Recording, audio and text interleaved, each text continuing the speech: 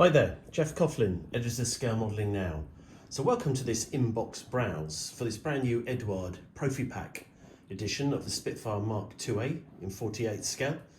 And I just saw this and it was a bit of an impulse buy, if I'm brutally honest with you. I just really fancy building it, and so this is going to be up next after I finish the Tarangas Bulldog T1, which is currently in the build now area of Scale Modelling Now. But let's just have a look at this kit. I've heard lots about it, and I have to say virtually all of it is good. And I must say Eduard seemed to have done a cracking job with these Spitfires. So let's just have a look, in case you haven't seen, at the plastic. Well, the first thing you notice is the level of detail. It's quite superb.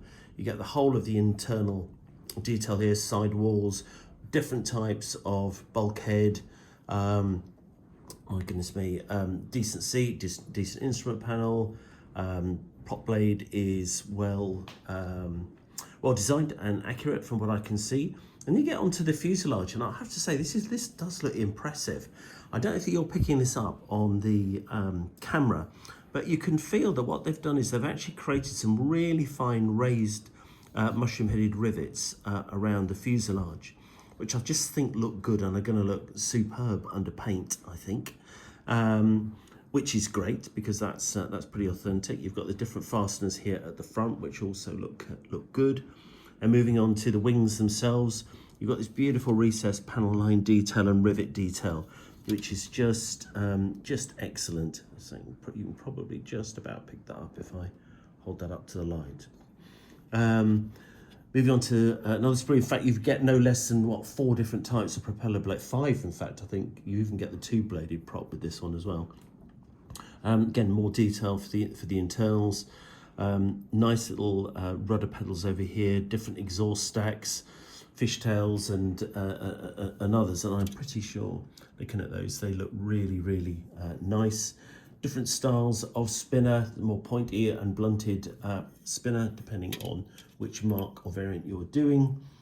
As we come across, just have a quick look at some of the control surfaces. Well, looks like you can certainly pose those in a deflected position, which is always good. Separate wingtips, of course, to allow for other variants of the type.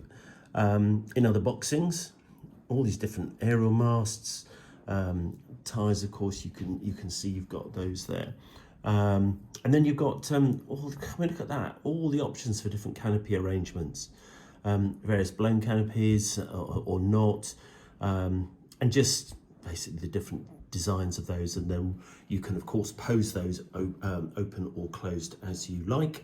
Now, because this is the Profi-Pack, you also get this nice coloured photo etch fret, which is good to see. That's lovely and is going to look good in there with the coloured belts too. Get a few other nice details on that to boot. Some canopy masks, always useful for some. And you get the decal sheet, where you get lots of different options here for different Spitfires. We'll have a look at those in just a moment. But the quality of this looks really good.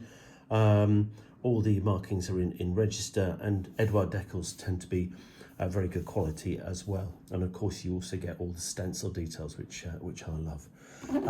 Let's have a look at the instruction booklet. This is really nicely produced, very clear, and right up front you get a good indication, as you can see here. Blue parts are or masked parts there. Marked parts are the ones that are not required for this particular release, so you get good clarity there, and you just begin to see the level of detail, which is just superb in that cockpit. Absolutely excellent. If I just take you on a little journey through there, you can see how it all builds up, and I just love it. I think it looks terrific, absolutely great, and for the scale, you just can't beat it really. Different types of bulkhead, as you can see here, for the different arrangements for the seat harness, depending on exactly which aircraft you're going to model. Option, of course, for the entrance door to be open or closed. Decent enough detail in the wheel wells. Just coming back over here, yeah, that's fine. There we are. You can see that there's a bit of detail in there, and of course you get the sides of those as well, which go together. Coming back to the instructions, you get clarity here, of course, where to put the photo etch, when you have that as an option, which is always nice in this particular release. And that's really why I wanted to buy this version as opposed to the weekend version, which I'm sure, if it's not out, I'm sure it will be, which is a more stripped down version, just simply without the photo etch and the masks normally. As you can see, it makes up into a beautiful looking Spitfire Mk.IIa. And then we've got these different schemes. I mean, I love the options that you get. And the plan here, I think, is to do something a little bit different. We could go for sort of standard, if there is such a thing, squadron leader Michael Robinson's, who's the CEO of 609 Squadron, Biggin Hill, Great Britain, 1941. Nothing wrong with that, nothing wrong with any of them. They're all great schemes. A Polish scheme here, which I think is another great option. We've also got one here for Kenny-based, August 1941, Spitfire Mk.IIa. And then you've got, I think, a couple of really interesting options. You could either go for a check machine, which you can see here, or you've got the final one, option E, which is this one of a Free French Squadron RAF aircraft, based at RAF Air, Great Britain, January 1942. And I think that is probably going to be the subject of my build. It's just a little bit different. I love the fact you've got the ocean grey and green over medium sea grey camo. I think it's good to recognise some of the other contributions to the war effort, obviously from the Poles and of course the Czechs and so on. Lots of different flyers from around the world, different nationalities came to support and came to our aid during the war, and so I think this is a nice fitting tribute, and it would be good to use that scheme, I think, in the build. So we'll have a little bit of a play with that, and then of course you get indications to where all those stencils need to go. So that is it. That is the Eduard Spitfire Mk.IIa in 48 scale. I hope you like this little short in-box review. At least you've had a walk around, you know what's in the box now, if you didn't already before.